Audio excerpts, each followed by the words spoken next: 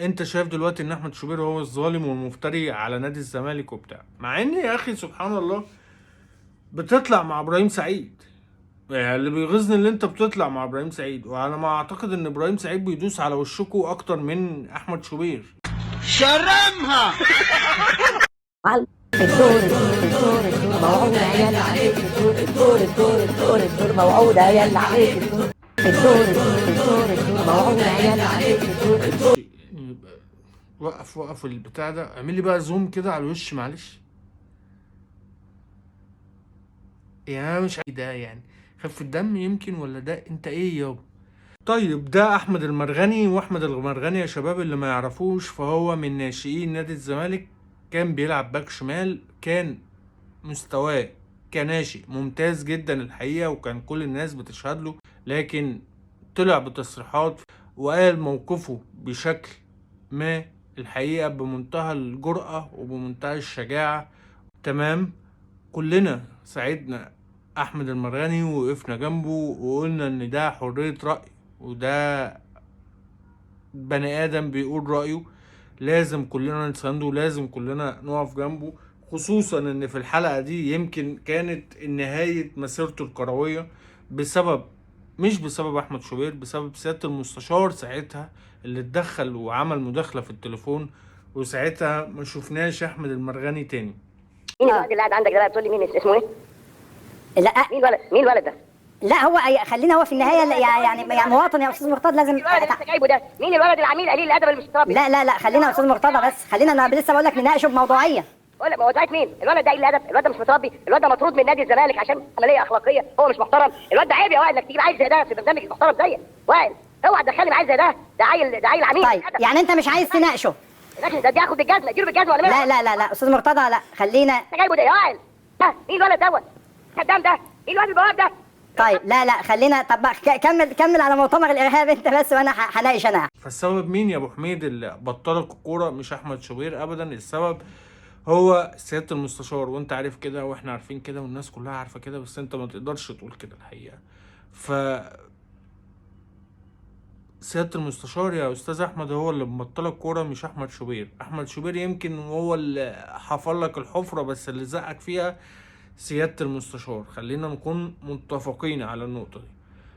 احمد المرغني بعد كده ساب الزمالك بعد ما توقف من سيادة المستشار، ساب الزمالك وما شفناهوش تاني الا في وادي دجلة في درجة تانية. لعب بعد كده مش عارف فين، لعب بعد كده احترف بره في دولة عربية، بعد كده رجع لوادي دجلة. اخر ما سمعت لاحمد المرغني ان هو بيلعب او لعب في نادي جولدي تحت قيادة ابراهيم سعيد كمدير فني.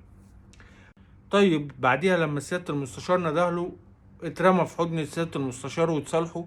وسيادة المستشار متهيألي مسكوا شهرين تلاتة كده حاجة في مدرسة الكورة علشان نعمل الفيديو اياه، وعلشان يبان ان احنا متصالحين وبتاع، والسبب كان احمد شوبير. حلوين اتنطر بعد كده احمد المرغني من مدرسة الكورة وما بقاش موجود فيها. وبعدين يا صديقي عمل اللي هو بقى بيعمله دلوقتي، اللي انت شايفه، ايوه بالظبط اللي انت شايفه دلوقتي، اللي هو دخل في سكة ايه؟ رضا عبد العال، اسامة حسن، محمد عبد الله، طارق السيد. انت فاهمني ازاي؟ دخل في السكه دي يمكن يسترزق، وهي ايه؟ بناكل عيش كلنا سوا يعني.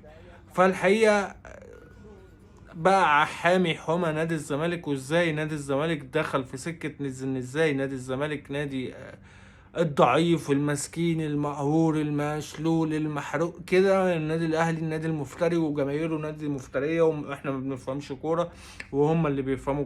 دخل في الشريحه دي وخسر كتير من جمهور النادي الاهلي اللي كان بيسانده طول الوقت في ازمته مع سياده المستشار. وانا احب قوي كلمه سياده المستشار، يعني محدش، بس دخل في السكه دي احمد الباشا المرغني. والحقيقه خسرنا وخسر جمهور كبير جدا حضر ازمته. يعني انا واحد من الناس حضرت ازمته احمد المرغني، كنا بنكتب بوستات وبنعمل حملات على الفيسبوك، لا وما يبطلش كوره وحرام وحريه الراي وحريه التعبير ومش عارف ايه. لكن هو مش لاقي يعمل حاجه.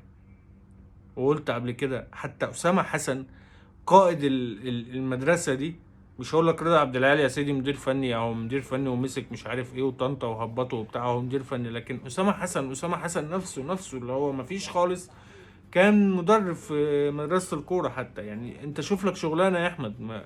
ما ينفعش ابدا تطلع بالمنظر دوت وتقول وبتاع بعد ما جمهور الاهلي قبل ما جمهور الزمالك كان بيساندك في قضيتك وفي مشوارك قدام اللي انت بتقول عليه. طيب انت بتهاجم احمد شوبير وبتقول ان احمد شوبير هو اللي مبطل الكوره وهو السبب. طبعا انت عارف زي ما قلت لك واحنا كلنا عارفين ان السبب مش احمد شوبير يا احمد، السبب هو سيادة المستشار اللي انت ما تقدرش تقول مين السبب الحقيقي. لكن انت شايف دلوقتي ان احمد شوبير هو الظالم والمفتري على نادي الزمالك وبتاع، مع ان يا اخي سبحان الله بتطلع مع ابراهيم سعيد. يعني اللي بيغيظني اللي انت بتطلع مع ابراهيم سعيد، وانا ما اعتقد ان ابراهيم سعيد بيدوس على وشكوا اكتر من احمد شوبير. يعني انت ضيف دائم على ما اعتقد مع ابراهيم سعيد، بيجيبك مره في الشهر مثلا ولا حاجه. وعلى ما اعتقد ان ابراهيم سعيد يعني فاتح السكه قوي عليكم، فاهم ازاي؟ وطبعا يعني الاسطوره بتاعتكم كابتن ادم شيكابالا فاتح قوي الموضوع يعني عليكم.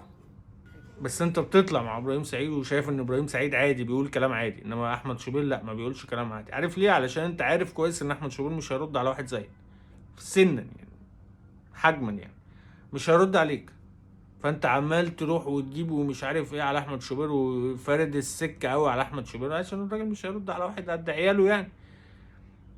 لكن ابراهيم سعيد هو اللي عامل فيكوا وعامل وعامل وعامل، انت عشان بتروح له شايف ان ابراهيم سعيد بيتكلم عادي ودي حرية رأي مثلا، ودي بيتكلم فني، مع ان ابراهيم سعيد ما بيتكلمش فني واحنا كلنا عارفين ان ابراهيم سعيد بيعمل فيكوا ايه.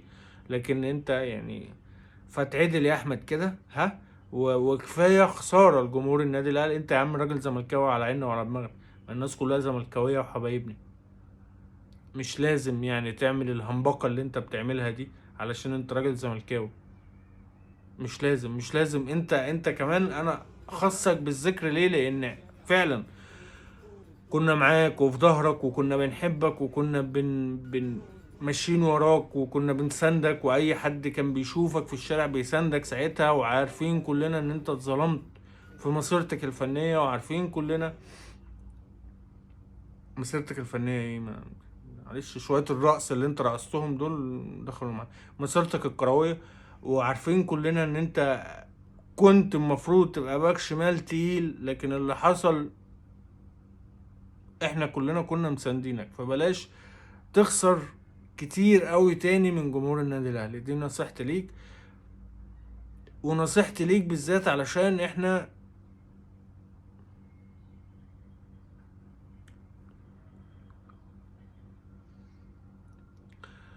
ودي نصيحة لوجه الله يعني. كفاية اللي انت بتعمله وما ترقص، حاول ما ترقص علشان الرقص ده بايخ اوي بصراحة. سلام.